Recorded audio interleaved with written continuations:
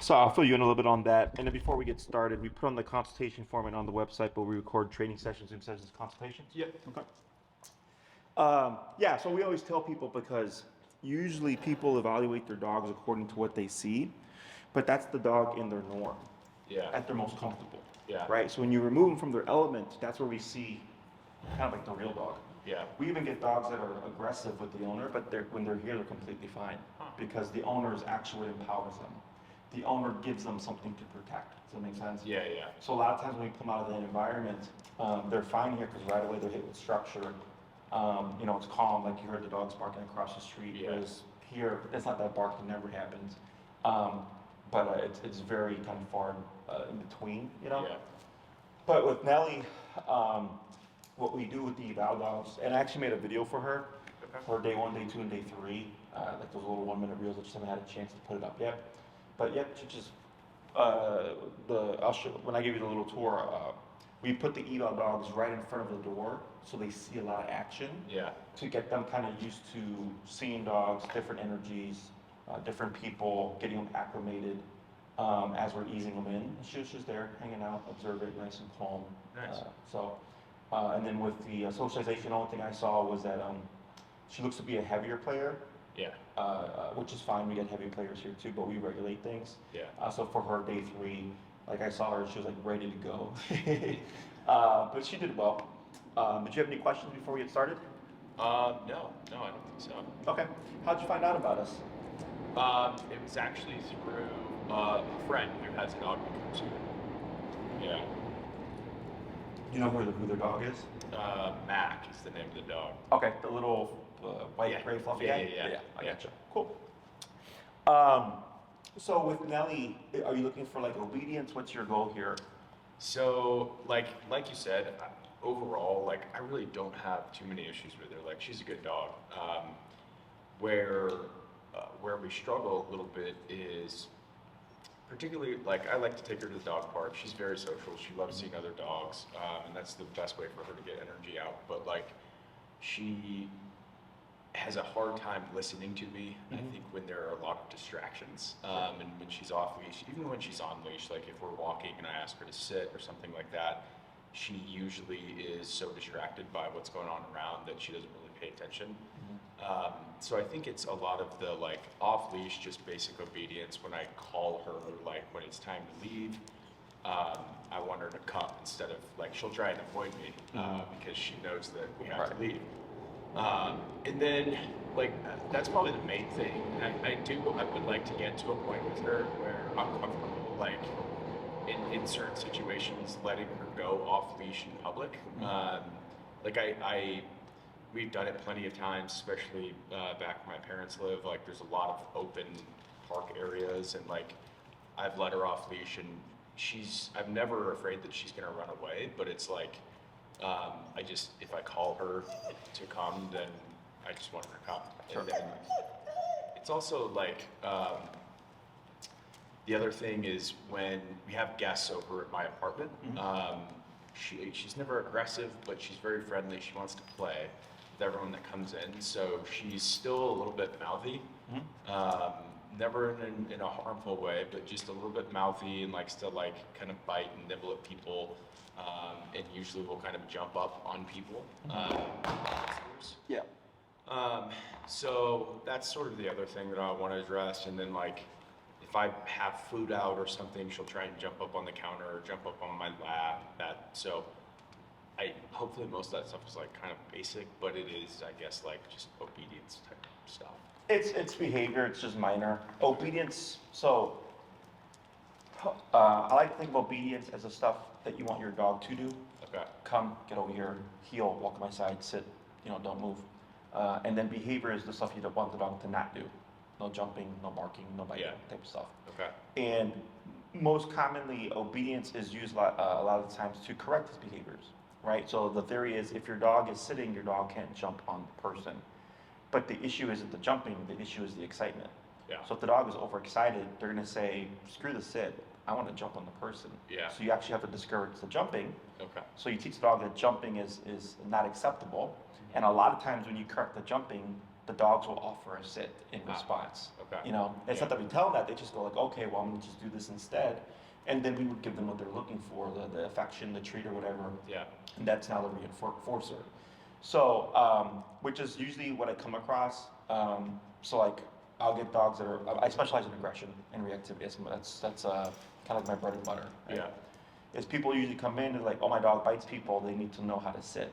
And I'm like, well, what does sit have to do with biting? Yeah. They're like, well, you know, and it's the same theory. I'm like, if the dog really wants to bite the person, they're gonna say sit is not important right now. Biting the person or biting the dog is. Yeah. So we actually have to discourage the biting, and then from there we can put in obedience so that we have control, right? But the dog has to learn that biting is not acceptable. Does that make sense? Yeah. Every case is different, but for the most part, when it comes to behavior, that's how it's approached. Yeah. So if we take Nellie, for example, let's say at the dog park, and she's just like annoying a dog and jumping on them, and that dog wants nothing to do with her. What do you think that dog would do in response to teach Nellie to not jump on them? Probably be aggressive or kind of bite back. Yeah. Correct, right? So it's not that they're being aggressive, is that they're issuing what's called a correction. Okay, so dogs are mouth-based creatures. So when people see that correction, that bite, they usually think of it as aggressive, right? Because Nellie's being friendly. Yeah. So you're not looking at it as she's being a bad dog. Yeah. Does that make sense? Yeah. So then the humans tend to misconstrue it and they go, no, that dog is simply saying, hey, you're a little too much right now. Yeah. I need you to bring it down, right? Yeah. But that dog is using physicality to tell Nellie, don't jump on me. It's not telling Nellie to sit. Got it. Does that make sense? Yeah. So when training dogs, I use that same approach or that same psychology, and I'll explain as we go along that we're using that concept of physicality to not only teach things obedience-wise, but behaviorally also to discourage them. Got it. Because that's how dogs instinctually learn. Yeah. Okay. If you go online, you'll find a rabbit hole of all these different theories and concepts, and it gets really complicated. It's not. Dogs are very simple. Humans make it complicated. Okay. So like the most commonly used approach to dog training is positive reinforcement, right? Using treats and clicker training, right? And we use that here. We use it for our puppies under 6 months. We always tell our clients this is really basic. This is like kindergarten stuff for children, right? Yeah. It's setting the foundation. It's really to teach the dog how to start thinking, how to start troubleshooting, their body mechanics, how to go into a sit, how to go into one down.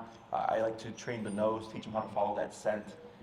We can reward good behavior, like let's say if I go to put the leash on, if they sit for me to put the leash on, I can reward that, so it kind of creates polite manners.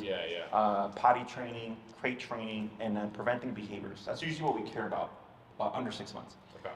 Post 6 months, clients will come back and they're going, hey, that food stuff isn't working anymore. And I go, oh, right, that's pretty standard.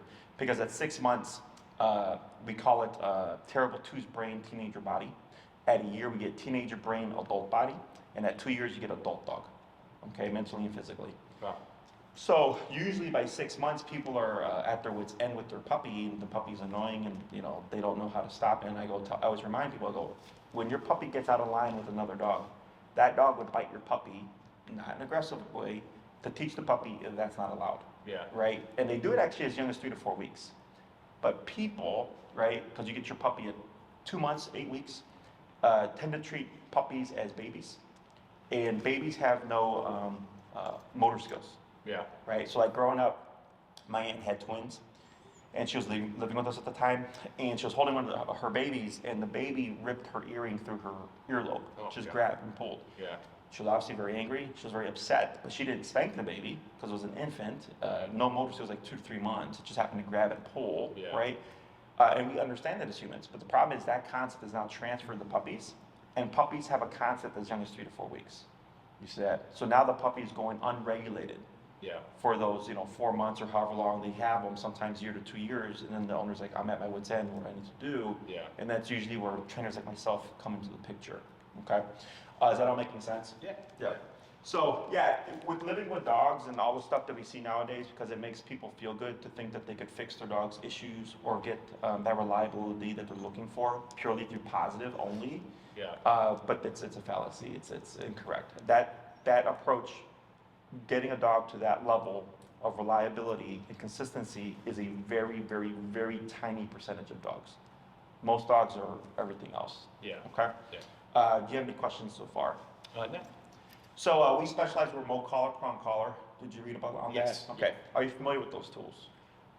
I think I've seen them. Mhm. I've never used either of them. So the prong collar, we use a very small percentage of the time. It is a great training tool. The problem is it takes a lot of technical skill. Leash-wise, people tend, when they walk with their dogs, they tend to walk like this. Yeah. Especially because we specialize in reactivity. People will kind of walk like this to contain their dog. In case the dog becomes reactive, they're not worried about is the dog gonna interact with another dog on a leash or whatever. But the problem is that tightness on the leash, that tautness, actually creates frustration and it feeds into the reactivity. So the other person is working against themselves, okay? So because of that, because people are so used to kind of holding their dog, it transfers to the prong collar and they have a really hard time relaxing. Oh, yeah. So now the dog has constant negative pressure, which creates more frustration, okay? So there has to be an understanding of turning on and turning off the pressure. With remote collar, the reason why all our dogs are trained on that after 6 months, because after a puppy has turned 6 months, typically owners are ready for big boy, big girl training. Yeah. We graduate to remote collar. The reason why I just jump straight to that is because right off the bat we get off-leash control. Okay, because it's the only tool, in my opinion, and logically speaking, that gives you the ability to reinforce either a behavior you don't want or obedience that you do want with no leash. Yeah. Okay, because every other tool requires a leash. Yeah. Food-based training, the moment you take that leash off, again, you have no connection. Gentle leader training, which goes on the snout, same thing, take the leash off. Prong collar, which is a great tool, the moment you take the leash off, the dogs know you no longer have physical contact with me. Yeah. Remote collar is the only tool that I do have physical contact, up to a mile range, Right. depending on where we're at, and like if we're out in an open field or if we're in the middle of Chicago where it's a lot of buildings, there's going to be some interference there, but you're still going to get much more range than the average dog owner needs. Yeah. Okay, so the prong collar, the spiky looking one, the reason why it looks like that is because it's meant to mimic a dog bite. That's what it's designed for. Okay. People, and especially like with me when I first started, like 14 years ago with training dogs, I was pure positive only. I remember looking at prong collars and thinking that they were like medieval torture devices because of how they looked. Yeah. And then I was very open-minded and I kind of logical and understood like, oh, like I can see where food only has a ceiling. Right. So then I started experimenting and then here I am today and I use all methods. Okay. So prong collar is safe to use. It's a great tool. It just takes a little bit more technical skill. Remote collar, again, right off the bat, we get off-leash control. It's very simple to understand. People nowadays are very button-based because everything's on the press of a button. Yeah. Cars surround with the button. The elevators are buttons. Your phone used to be buttons, right? Yeah. It's touch, touch, touch. So it's more instinctual to people now. And I no longer have to handle the dog for the owner. Okay, so if let's say you're interested in in-person training. The reason why this all started was because of COVID. So prior to COVID, I used to travel home to home. I used to go to all my clients around the city of Chicago, including the suburbs. 8 clients in a day would be like a 12 to 14 hour workday for me because of the travel time. Yeah, yeah. Right? So COVID happened, and then people were like, we don't want you coming over. Yeah. Social distancing, all that stuff, right? Yeah. So then I had to devise a way, because I had, September of 2019, I actually got my first brick and mortar. 6 months later, COVID happened, and everything shut down. Yeah. And I'm like, I gotta pay the bills somehow, so I gotta figure out what to do. So I knew that I could train dogs without touching them, but I had to prove it first. So my first post-COVID client, who is now our neighbor of ours, was my experiment. And her dog had dislocated her husband's shoulder 3 times in 2 years, sent him to the ER 2 times. Okay, he's a little bit bigger than Nellie. He's a perfectly social dog, perfectly friendly, but he pulled so much that he would just drag you down. Okay. So they were my first client, and from 1 week to the next, first class to second, 180 in terms of control and behavior. Okay, Wow. so they did a testimonial, and after they did that testimonial, people started signing up, Yeah. and we started training at Oz Park. And then, because I no longer had to, how do you say, before I used to train the dog in front of you, Yeah. and then give the dog back, and then coach it through it. Yeah. But now it's just from the get-go, 99.5% of the time, the owner does everything. Okay. Okay, so people really like that because it's hands-on for them. Yeah. It kind of alleviates the issue of my dog behaves when the trainer is around, Right. and then when they're not around, they misbehave, Yeah. because everything is tied to the owner. Okay, Okay. so it was so popular, we just continued with the method, and that's actually why we started recording stuff too, because it's so much information. You're going to retain like 60% that you always have a reference point afterwards. Yeah. So I send the clients the links. Okay. And then if a question comes up, a lot of times they just refer to the training videos, Yeah. like, oh, this is what Jesse was talking about, and they Yeah. go back. So that was the other reason why we started doing this. So now, we still do if you're doing in person where I coach you through it, you show up with Nellie, you have your remote collar, I explain everything, I demonstrate, and then I walk you through it. Okay?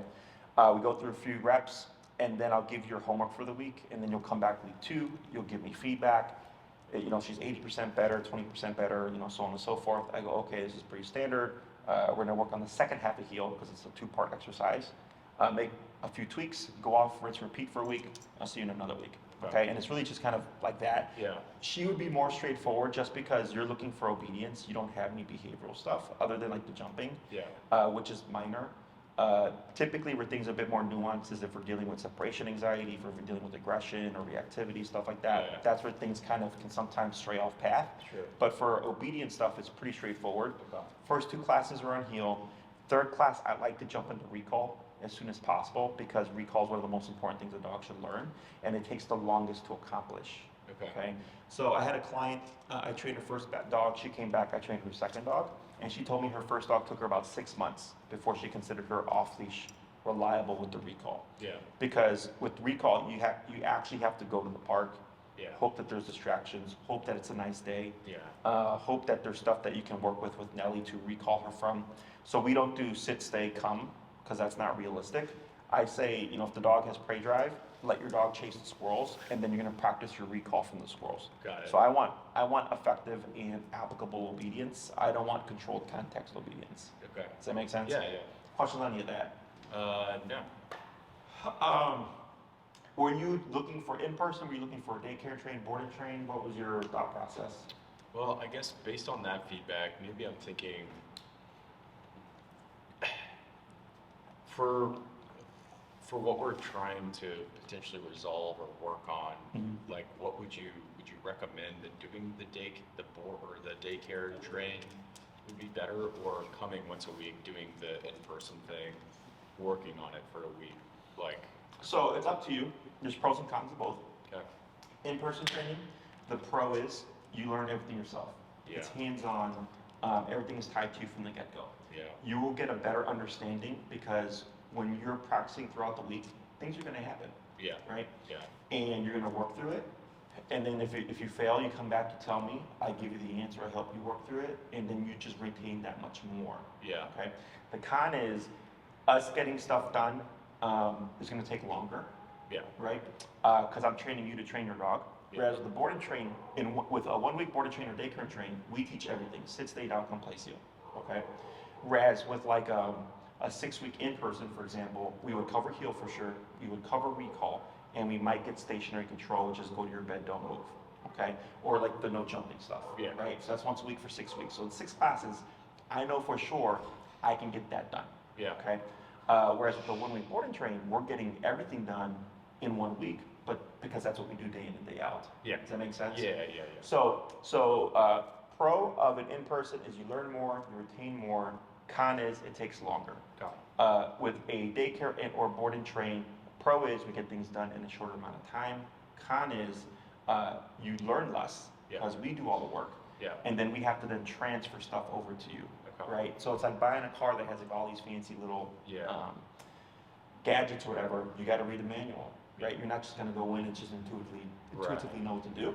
Right. So those like the difference between the two. And then in terms of like if you're wanting more advanced like off-leash reliability, that's going to be time. Yeah. Okay.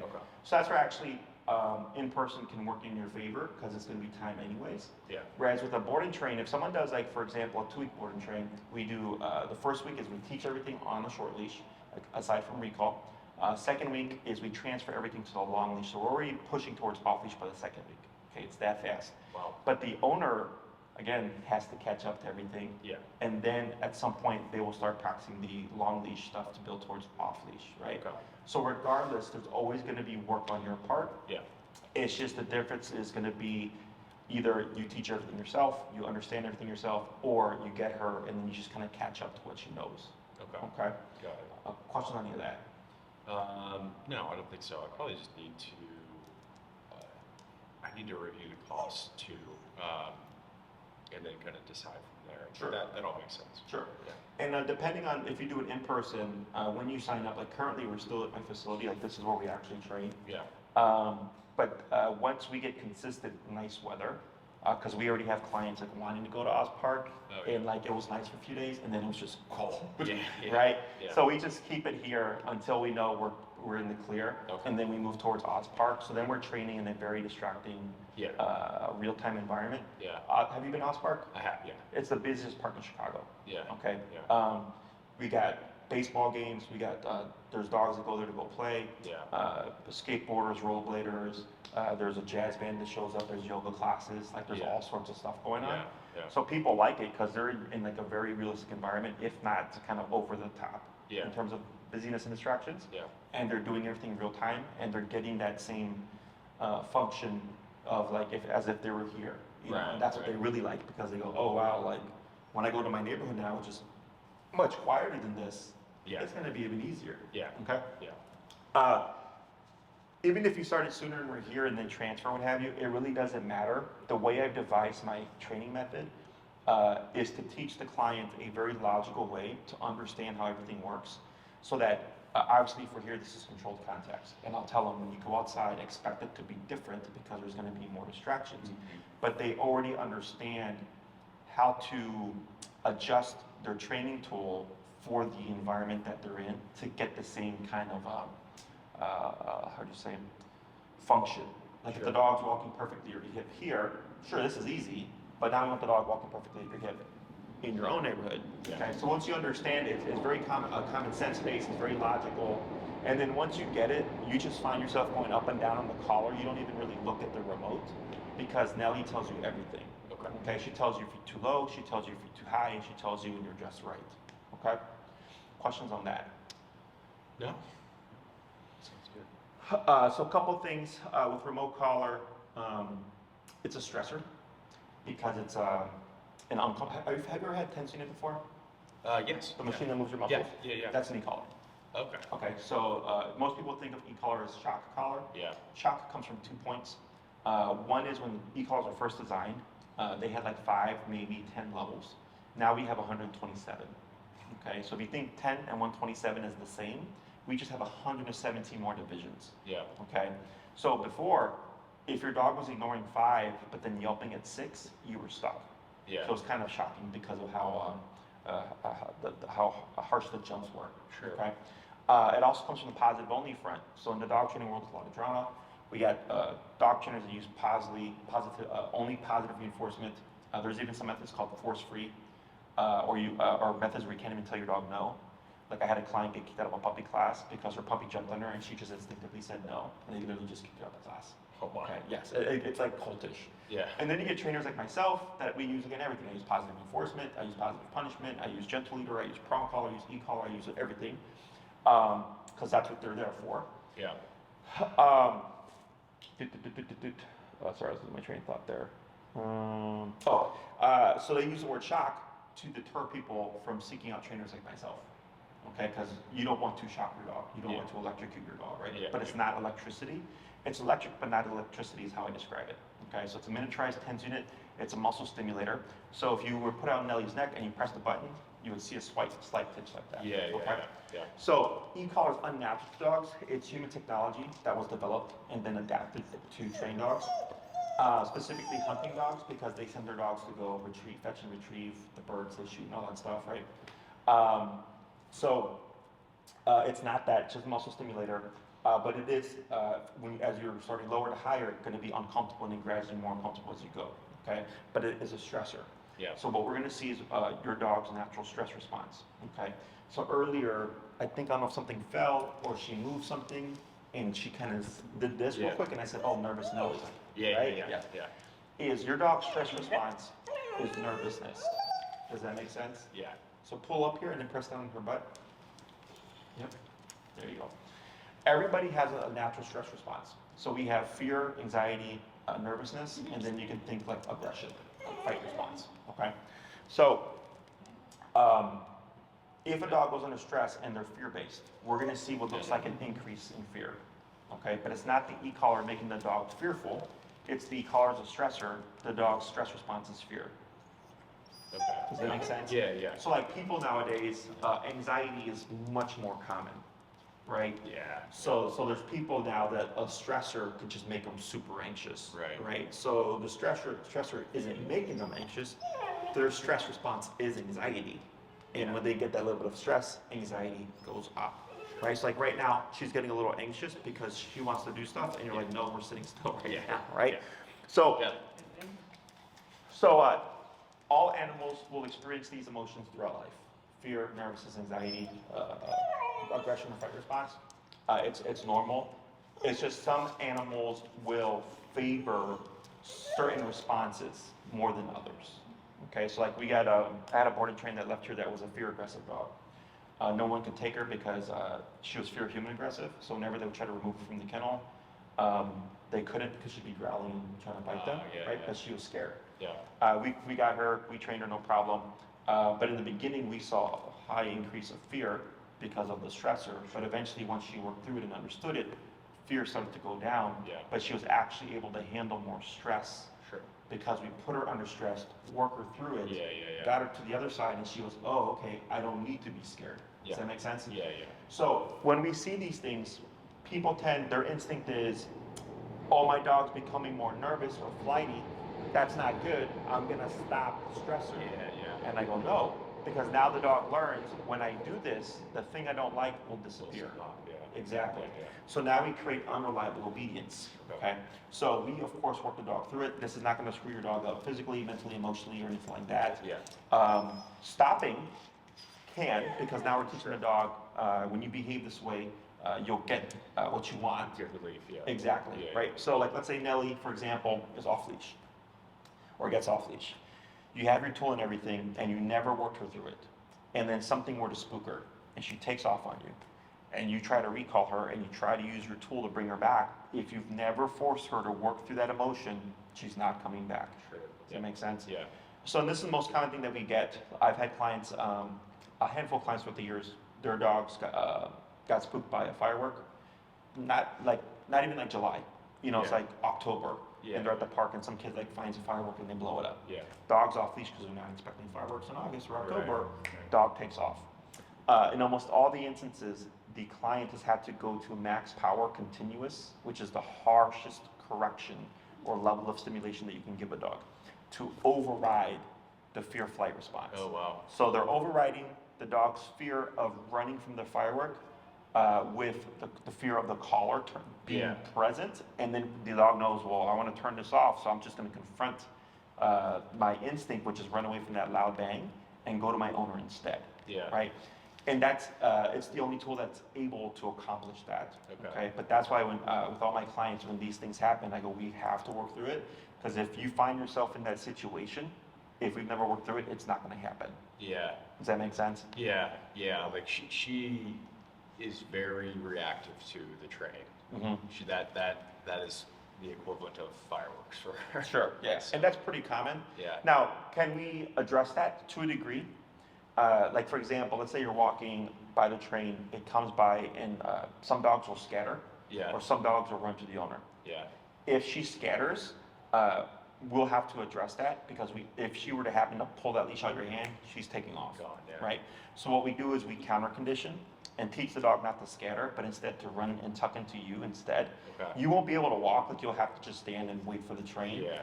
But you minimize the risk of her accidentally pulling that leash out of your hand Yeah. and taking off on you, because she's going opposite. Right. She's thinking, when I hear the loud train, don't run away, don't scatter, run to dad instead, be waited out, and then once it's gone, you can walk. Okay. Does that make sense? Yeah.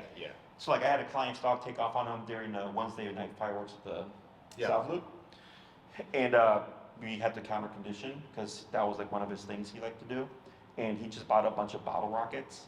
And then we put her on a long leash, and we just lit the bottle rockets. And every time she went, and then by the end of the session, she'd hear the bottle rocket, and she'd run straight to him instead. Oh wow. Okay? Yeah. So we can do stuff like that. And we do it as like I call them buffers. In case one day or two's out doing something, life happens, instinct kicks in, but we've done training proactively that she goes into her training as opposed to into her instinct. Yeah. Just so we prevent anything from happening potentially. So that's stuff we can do too. Great. And that most likely be kind of more of a in-person type thing. Now with the boarding trains or daycare trains, you do get in-person follow-ups. Yeah. Okay. Yeah, yeah, okay. So the way it works is, let's say you did a 2-week daycare and train or board and train. The first video is always the longest because that's where all the teaching is. Okay. I have to shape everything, the sit, the stay, the down, the come, the place, the heel, okay? And I record the first lesson of every command that we teach. So you see her learning in real time, Yeah. okay? So if she gets panicky or she scatters, I work her through it. You see it visually, because again, you have to understand this stuff, right? Yeah, yeah. I compile the video, usually between 2 to 3 hours, depending on the dog.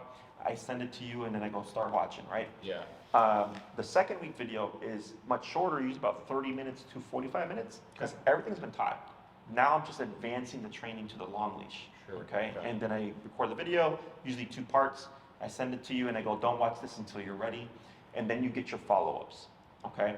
So most clients, whether with the daycare and train or the board and train, may complete the program, apply what they learned from the videos, and then once they hit a plateau, then they'll start scheduling follow-ups as needed, okay? So you don't have to book them weekly or anything like that. Okay. You'll do one, I might not see you for 3 months, you come back, you do another one. Okay. Does that make sense? Yeah, yeah. So with the daycare and train, it works more so in tandem with the owner. So like, let's say you get your video, you bring her back for like her day 5 or something, and you're like, hey, could you guys really focus on her recall? Like I was trying to work with her and she seems kind of confused. Then that day at daycare and train, we'd work on the recall stuff, right? Whereas the board and train, she's here 24/7 for a period of time, and we're training, and then you would pick her up at the end of the program, and then from there, you would do your own work with her, again, scheduling your follow-ups when needed. As necessary, okay. Yeah, yeah, okay. That makes sense. I mean, my initial thought was to do the daycare and train, because she comes here for daycare anyways, and so, I guess the thought of being able to like knock out some training while she's here anyways and somewhat competitive. My question would be like, do you find that owners have a difficult time, I'm sure it varies, but like how difficult of a time is it to translate what she's learned here and what she's reacting to based on you saying a command or whatever to the owner? It's very low. Okay. The biggest, most consistent issue we have with daycare and or boarding trains is every dog's resiliency is different, right? So like on a TENS unit, some people are super sensitive and some people are less sensitive, right? Yeah, yeah. So everybody has their own tolerance, and same things for dogs. So the issue we have is we get some dogs whose numbers are like 80 out of 127. Okay. And they're not in pain. They just have a very strong resiliency. Sure, sure. So the owner logically, right, because they go, well, 80 out of 127, that's like 3/4 of the power, 2/3 of the power, right? That's very high. So now logic and emotion start to kick in. Yeah. And then we'll come in, they're like, oh, our dog's not listening. And the first thing I always ask is where you set at. And they're like, oh, we're at 25. Yeah. And I'm like, that's a ways away from 80. Yeah, yeah. They're like, oh, but we just feel so bad. I'm like, right, but now you're trying to be nice, and now your dog's not listening because you're like a quarter of what your dog needs. Yeah. Right? Yeah, yeah. That's the biggest issue. Yeah. Okay? When the owner comes in and just follows the videos, it's a very high percentage rate in terms of success. Okay. That's always the greatest variable. There's no dog in my career that I've not been able to train. Okay. Okay? I've had some hyper-aggressive cases. So e-collars, you can have one remote paired to 2 collars that go off at the same time. Oh, yeah. So I told the owner, like, I'll get the aggression to stop, but you have a 150-pound body. We're gonna need 2 collars. Oh my gosh. Yes. Because we need enough pressure to override the size of the dog, Yeah. the adrenaline, the aggression state. Yeah, yeah. So the owner, now, if they're very logical and then they go, I understand and this makes sense, they'll do it, we get success. Yeah. But when emotion kicks in, Yeah. oh, that second, I don't know, that second collar is gonna hurt the dog. I'm like, Yeah. your dog's trying to attack people. So it's either we stop that, Yeah, right? yeah. And I'm not trying to hurt, I'm not making the dog yelp or anything, but Yeah. I need something to override all that stuff because Yeah. you have a 140, 150-pound dog. Yeah. You know, and that's why I'm very upfront with people. I usually paint things as terrible as it'll be for that particular case. Yeah. So that this way they go into it and they go like, I'm willing to accept this. I'm more likely to get success with that client if we end up being there, which is not common, but it does happen. Yeah. As opposed to if I, make it seem like it's gonna be super easy. Yeah. All that stuff. And then they turn around, they're like, this is completely not what you said. Yeah. Right? Yeah. So in your case, simple. The only thing would be, I expect to see more nervousness, pretty standard, okay? And then in terms of her level, I can't tell you. It's something that we'll figure out either Sure. when I'm training her here or if you're training her on your own, Yeah. okay?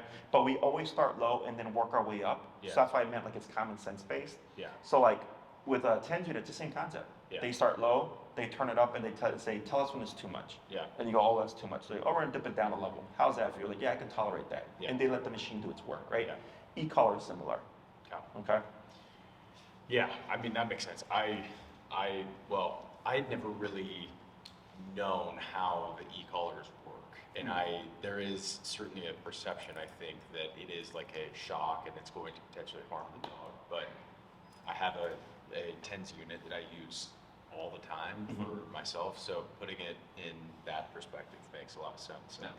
And 10 units are actually stronger Okay. because the way it's been delivered, I actually did a video, we can send a link to you later if you like, where I compared the 10 unit to a remote collar. And with the 10 unit, because it's continuous, Yeah, yeah. right? And the different kind of ways it's delivered, whereas a remote collar has two options. You have the nick function, which is a pre-timed fraction of a second sensation. Okay, yeah. So literally like that, right? Whereas continuous, it's up to 12 seconds, and then the moment you hit 12, it turns off automatically. We use continuous 0.01% of the time.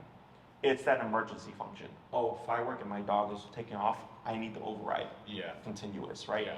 But everything else is at the nick. I like to call it a bite on the button. Yeah. Okay. So when conditioned correctly, we'll see an increase in stress in the beginning. And so the first thing we always teach is heal in any program, because one, for the average dog owner, leash pulling and leash reactivity are the two most common behaviors that we get. Okay. Heal fixes both of those things.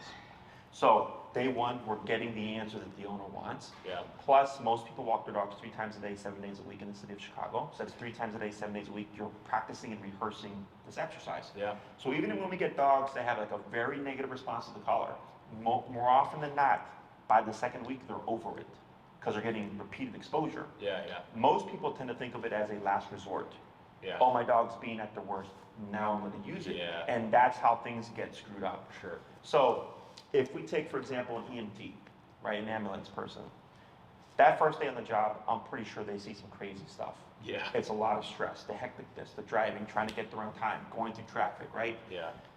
But then after a few days, a couple of weeks, if you're built for that kind of career, it becomes another day in the office. Yeah.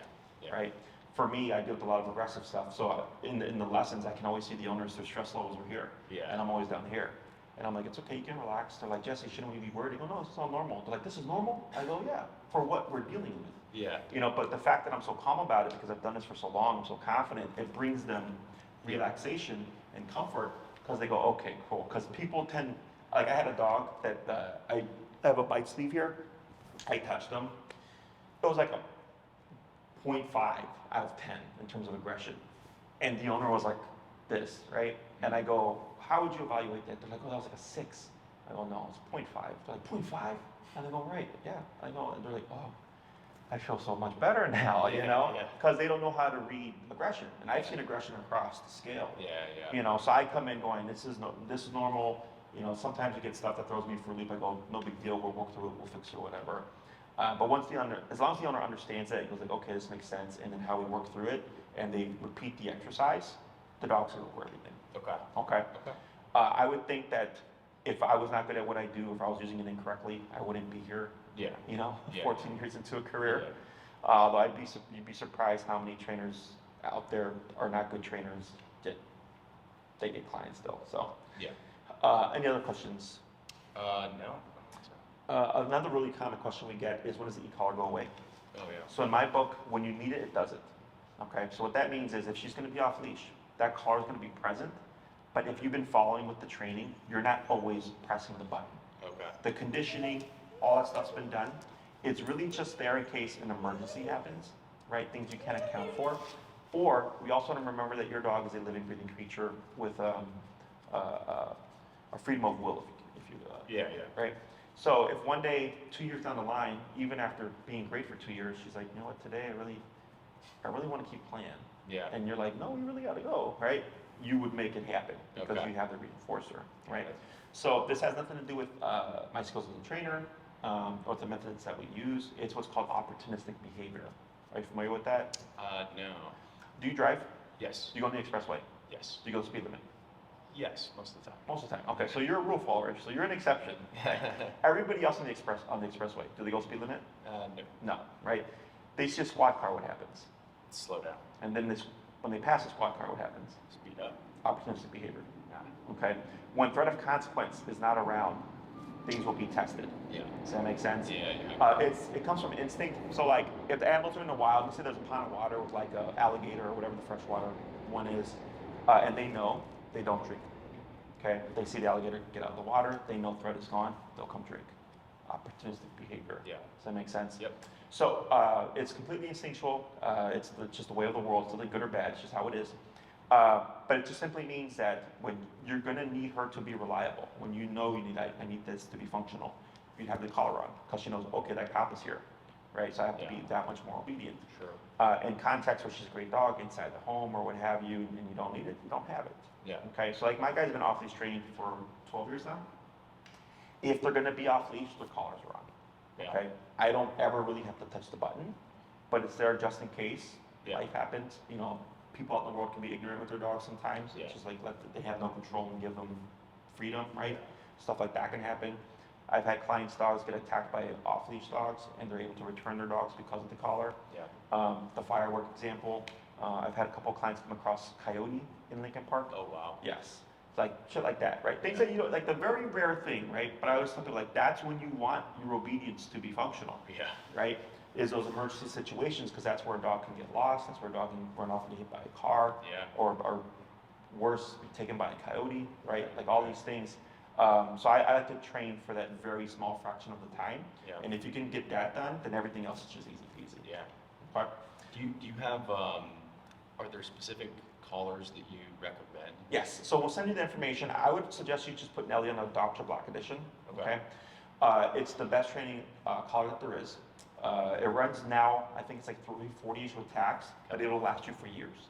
So my first pair of collars lasted me 10 years before I had to replace them. Oh wow. Okay. The most common thing that happens is the batteries, a rechargeable lithium battery, they do give over time. Okay. You can purchase the battery yourself. They run like $25. It's very easy. You just open up the collar, take out the old battery, put the new battery in, close it up, good to go. Sweet. Every now and then, you know, especially if you're dropping it and stuff like that, sometimes the dial can get screwed up or whatever. You can send it to Doctra, and then Doctra will repair it for you. If it's after the first year, they'll charge you a fee. They'll tell you like, hey, it's going to be $80 or whatever, right? And then they'll send it back. If it's within the year, they'll send it. You can send it to them. They'll repair it, and they'll charge under the warranty. Okay. It's a 1 mile range, fully waterproof system, both the transmitter and the receiver. Okay, so both the remote and her collar will be fully waterproof. There's a rubber pad that protects the charging port. So as long as that's closed, nothing happens. Okay. I've only ever had one client in all my years of training dogs, remote collar, have water go in the system while her dog was actively wearing the collar, and she told me it started to misfire, meaning it started to stimulate his neck. Yeah. She took it off of him, she let it dry, and then the next day it was working completely fine. Okay, because clients usually ask, what happens if it gets wet, right? Yeah. So it's waterproof, but in that case, her collar started to misfire. Okay. But as you can see, it's super rare. Literally only have one client in 14 years of training dogs have that happen. So, other questions? Not right now. So we covered all the common stuff, like the commonly asked questions. So it really just comes down to what you're wanting to achieve. I would say if you're aiming for kind of an off-leash level of control, so we have 3, 6, 9, and 12 in-person programs once a week for an hour. I would say 9 is a nice number. Okay, we'll cover leash walking, we'll cover recall, we'll cover stationary control, we can cover jumping. Once you understand how to address behavior, it's very simple. Yeah. So it's literally probably gonna be one class, and anytime you don't want them to do something, this is what you're gonna do. Yeah. So it's once you understand the concept, it's like, oh, this is super simple. Because dogs are simple. Yeah. If Nellie is jumping on a dog, they don't like it, they would bite her. If Nellie is barking at a dog and they don't like it, they would bite her. If Nellie is being too pushy in her socialization and they don't like it, they would bite her. Yeah. Right? It's one consequence for a number of things they don't want. It's the same thing for us. If we don't want the dog to jump, bark, or bite, whatever, it's just use the remote collar to correct the issue. Yeah. Okay? So we'll get that, and then it gives us time to start transitioning things to a long leash. Okay? Now, anticipate that if you go a longer program, typically by class 7, I'll already start transferring you to the long leash to build towards off leash, and that's where I'll tell my clients, I suggest you take time to practice and then come back when you're ready for class 8. Yeah. Okay? So I get some clients on class 7, I may not see them for 2 months. They come back for class 8. Hey Jesse, this is where we're at. And a lot of times they'll misremember things, or they'll practice things incorrectly that will create issues. I help them fix it. I help them learn the next exercise, and I'll go repeat, and then come back when you're ready for that last class. Yeah. And typically the last class will go fully off leash because they're I'd say they're too nervous to do it on their own. Yeah. You know, so they usually want to do it with me. Yeah. So I'm like, that's fine. So we go to the park and then we have our first kind of fully off leash, whatever. And because off leash comes, it's not just Nellie, it's you. It's your comfort. It's your confidence in the training tool and all the work that you put into her, your understanding of the concepts. The biggest thing is like what happens if there's an emergency, right? I've had clients have their dogs off leash by the 3rd class because their confidence was through the roof. Yeah. But I'll tell them like there's stuff we got to do still, you know, but they're so confident in everything, they just kind of jump through it. So I've had clients that have done 12-week programs and end the program still not ready for off leash. Oh, wow. And I'll tell them, your dog is good. You just need to build the confidence because they, you know, they're your warriors or whatever. Yeah. And sometimes, you know, it'll take them a couple of months and then they'll finally catch up to the dog's training and everything, and then they'll have them off leash. Everybody is different. But if you did it in person, you can think of it that way. Our programs are cheaper per class the longer the program. So like, let's say you did a 12-class program and then you get to class 10 and you're like, you know what, I'm very happy with what I have. We can convert those last classes to credit, and you could put it towards like a boarding stay. You can put it towards daycare because it's service for service is not a problem. I have a client that's doing that currently. She booked 12 because her dog's aggressive, and then just in case they needed them. And then in the long run, if we get everything down before the 12 and they want to credit it towards daycare, whatever, they're welcome to. Great. Okay? So that's a nice way to get the discounted rate per class, but then not feel like, oh crap, if I don't use everything, I'm stuck. I have a guy that he did a longer program. He's moving to North Carolina next month, and he had 2 classes left over, and he had a boarding stay coming up. And I was like, yeah, we'll just convert it to credit, so this way, you know, you can move out, whatever, and not worry about I had wasted money sitting here. Yeah. So, okay. And then for the daycare and boarding train, I tell people think of 1 week of our time is 3 weeks of your time. Okay, so she'd be at around a 2 to 3 week daycare and or boarding train. Okay. Difference is with the boarding trains or daycare trains, we do cover all the commands. Whereas with like even if we did a 9-week, we may not cover all the commands because we're more so focused on building their reliability. Yeah. But we'll definitely get leash walking, recall, and stationary control done. So there's sit, stay, down, come, place, heel. Heel, come, or recall, and place are the 3, what I call the trifecta of dog training. Yep. Those 3 commands alone will let you do almost everything with your dog. Yeah. Sit, down, and stay are kind of superficial because place does kind of all of those things. Once you understand, you're like, oh, okay, I get why he teaches this. But I get some clients that want to make sure that they get all the commands. Yeah. So then, you know, it just depends on her progress, your progress.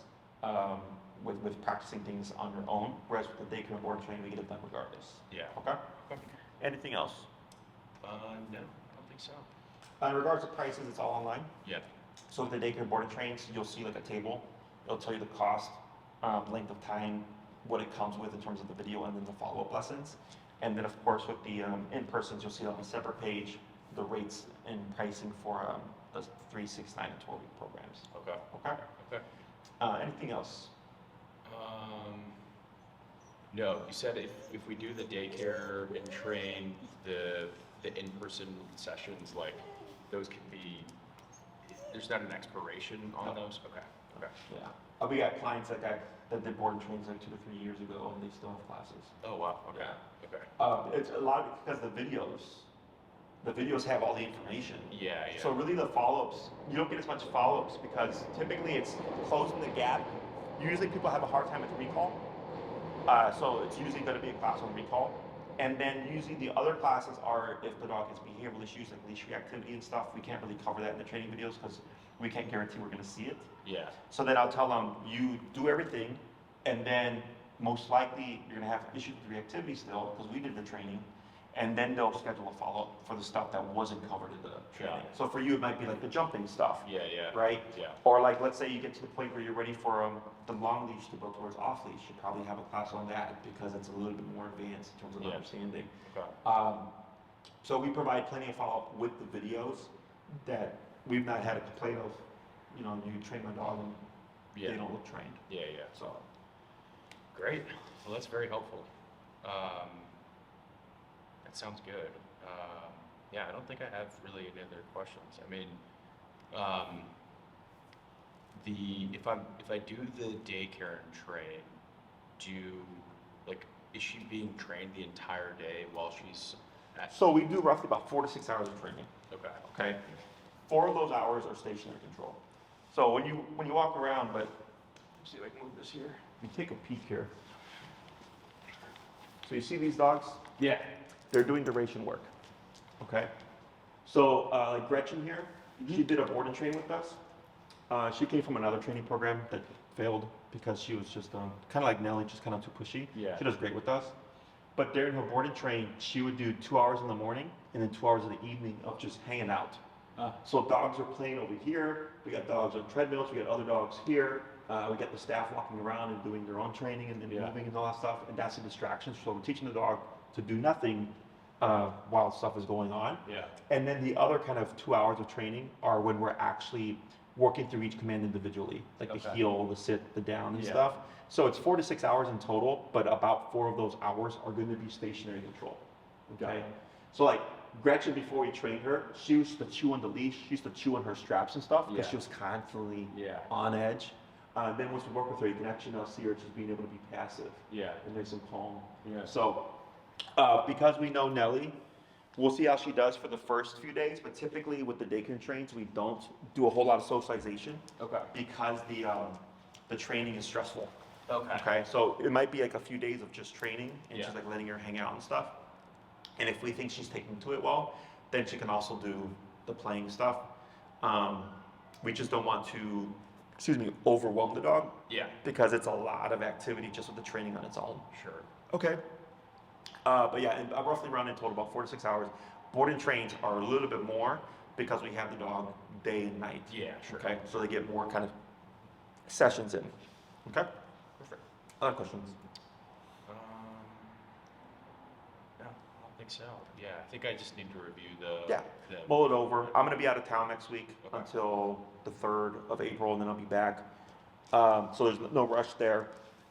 And then depending on what you decide to go with, if you do in person, Tina would be booking you Okay. because she handles my in-persons, my consultations, all my one-on-ones.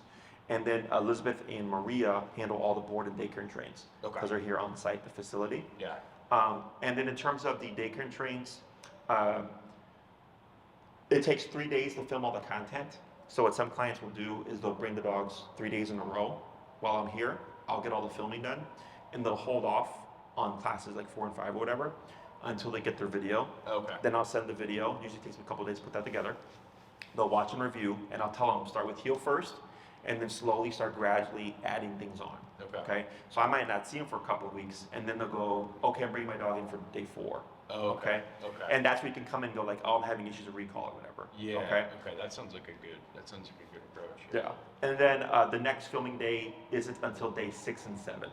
Okay. So if you're doing a longer program. So then days 4 and 5, it doesn't matter if she comes because I don't need to be here for the filming or anything like that. But days 6 and 7, I will have to be here.